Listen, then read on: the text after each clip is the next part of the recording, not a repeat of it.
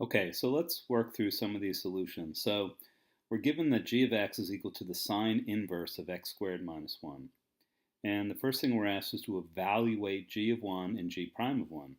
So g of 1 is what we get when we plug in 1 for x. So we end up with y is equal to the sine inverse of 1 squared minus 1, which, since the value in parentheses evaluates to 0, we end up with y is equal to the sine inverse of 0, which is the same thing as saying that the sine of y is equal to 0. So therefore y is equal to 0 because the sine of 0 degrees, or 0 radians rather, is equal to 0. So we know therefore that the point 1, 0 is a point on g of x. G prime of x then, because we're taking the derivative of the inverse sine, and we're taking the derivative, therefore, of the inverse sine of u, where u is equal to x squared minus 1, and that gives us 1 over the square root of 1 minus u squared, but we're going to replace u with x squared minus 1 here. Then we have to multiply that by the derivative of x squared, or 2x, which is where we get the 2x here. When we work this through, we end up with 2x over the square root of 2x squared minus x to the fourth, after I expanded x squared minus 1 squared. And that gives us 2x over x times the square root of 2 minus x squared, because we factored out and the x squared from inside the radical, which gave us an x outside the radical. So then when I plug in 1 for x, I end up with that g prime of 1 is equal to 2, or really it could be negative 2 because we're talking about, we took a square root here. But I would accept either answer. Okay, so what that means is that at the point 1, 0, the slope of the tangent curve is equal to 2. Now we're looking at the inverse function of this function g of x, which we'll call f of x. And we know that if 1, 0 is a point on g of x, then 0, 1 will be a point on f of x. We also know that if we take the derivative at that point, where on g of x, where x is equal to 0, then the slope of the tangent there will be the reciprocal of the slope of the tangent on our original function, where x is equal to 1. So we'll take a quick look at what that might look like. So here we have the function, the inverse sine of x, and that's what we have here is the red function. We just took a portion of it. The inverse function of this, therefore, is this blue dash function, and it's the reflection of our original function across the line y is equal to x. And what we see is that if 1, 0 is a point on our original function, then we swap the x and y and we get 0, 1 is a point on our function that's an inverse. We also notice that the slope of the tangent at point A here on our original function is equal to the negative reciprocal of the slope of the function here at point B. That's always going to be the case. So as I move point A, and we have the corresponding point at B on the inverse function, notice that the tangents are always going to have slopes that are reciprocals of each other. Okay. So that's number 1. For number 2, we're asked to find the slope of the tangent line to the graph of this at the point 13, negative 3. And when we look at this, we see that we have our point right here at 13, negative 3. Here's our tangent line, and it has a slope of negative 0.24, or as a fraction, negative 7 over 29. And the way we got that was we used implicit differentiation to find the slope, which meant that we had to take the derivative of every piece of this function. We had 2x, and then for 4xy, we needed to use the product rule, which meant that we took the derivative of x, which is 1, times 4y. we took the derivative of y, which is dy dx, times 4x. So we had two terms here, and then we had minus 2y dy dx equals 0.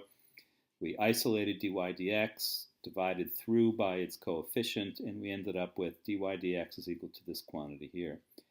Then we, at 13, negative 3, we just plugged in the values for x and y, and we ended up with negative 7 over 29. Okay, number 3, this is just a hidden derivative. So if we take a look here, we have the function f of x is equal to the natural log of x, and we're saying, well, what happens? So here we have at point A, the point 4, f of 4, so x is equal to 4, y is equal to the natural log of 4. What happens to the slope of this line that goes through point B and point A, as point B, also a point on the same curve, moves closer and closer to point A. So we will get it as close as we can, and we'll see that at this point, this line has a slope of 0.25, and we can see that from the equation of the tangent line here. If I go one further, that's going to disappear because we're talking about a limit here. So the slope here is just equal to 1 over 4, which is what we would predict, because really all we're talking about here is a hidden derivative of the natural log of 4, and the derivative of the natural log of x is 1 over x, so this is 1 over 4, or 0.25. Okay, number 4, we have the derivative of the inverse sine of x over 4, and we're to factor out any fractions inside the radical. Well, here we can see that we end up with 1 over the square root of 1 minus our input into the inverse sine function, which is x over 4, that quantity squared. But then we have to take the derivative of x over 4, which is 1 over 4. And we see that we can always rewrite the denominator here as, in this case, 1/4 times the square root of 16 minus x squared. And we end up then with just, in the final analysis, 1 over the square root of 16 minus x squared. If we had started with x over 3, we would have ended up with 1 over the square root of 9 minus x squared. If we'd started with x over 2, we would have ended up with 1 over the square root of 4 minus x squared. Because we're always going to have the input here squared. We're always going to have whatever the coefficient of x is here as our derivative of the function x over 4, x over 5.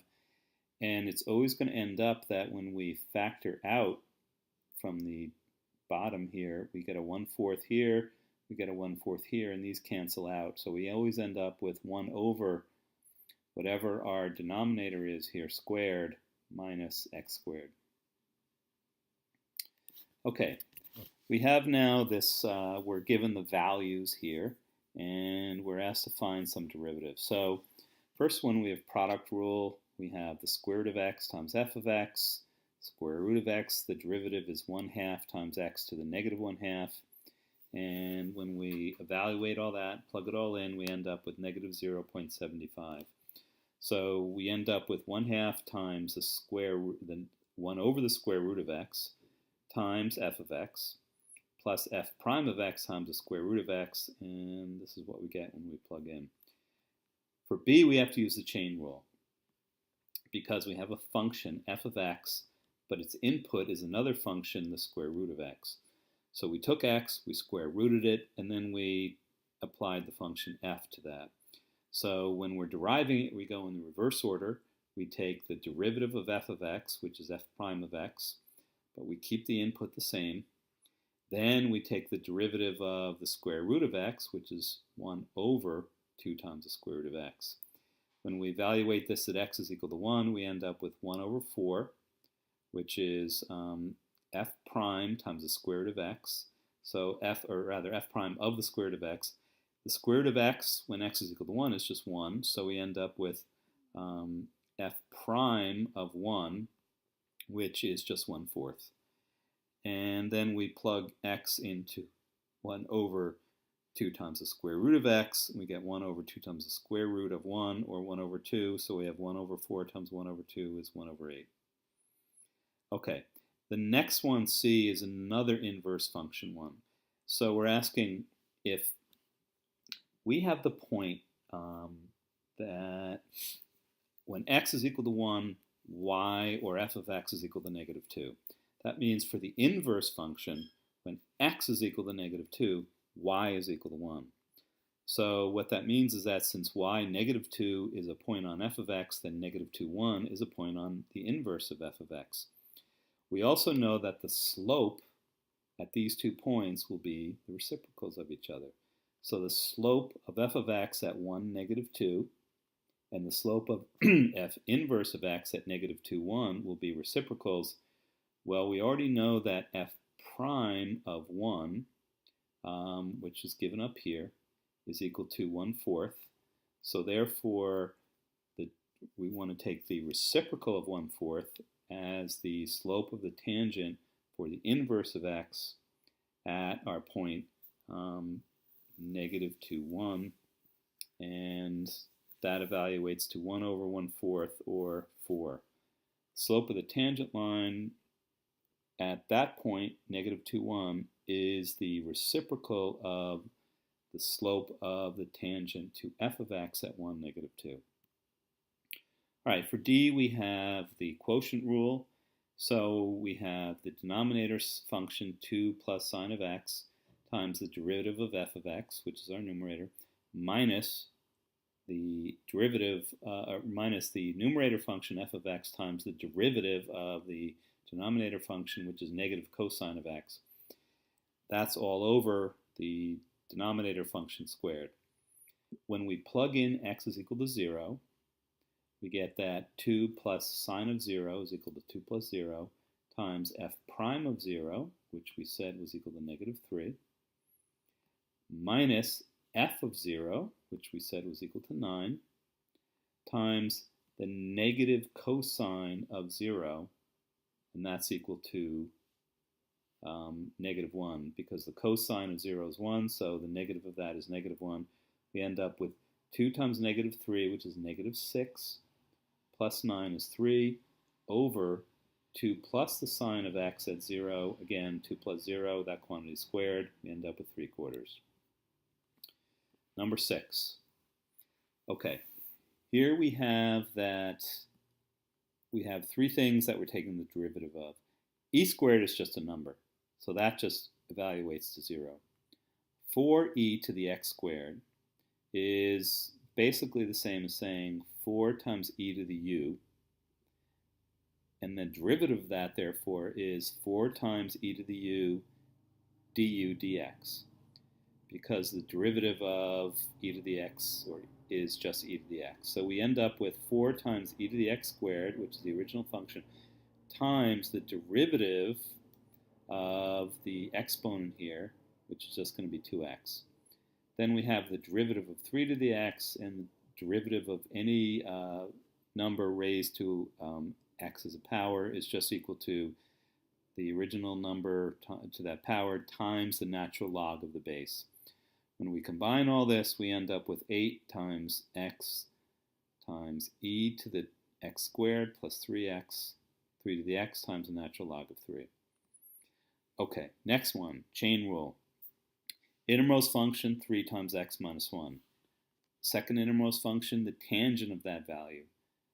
Outermost function, natural log of that. So we're now going to go and take the derivatives in reverse order using the chain rule. Derivative of the natural log of a function is just 1 over that function's input times the derivative of that function. So we get 1 over the tangent of 3x minus 1 times the derivative of tangent of 3x minus 1, which is secant squared of 3x minus 1, times the derivative of the innermost function, 3x minus 1, which is just 3.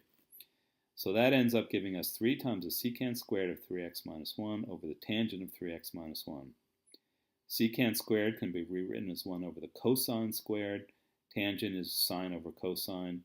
When we do the algebra here, we end up with 1 over the cosine squared times the cosine over the sine is going to end up giving us are 3 times cosine of 3x minus 1 times sine of 3x minus 1.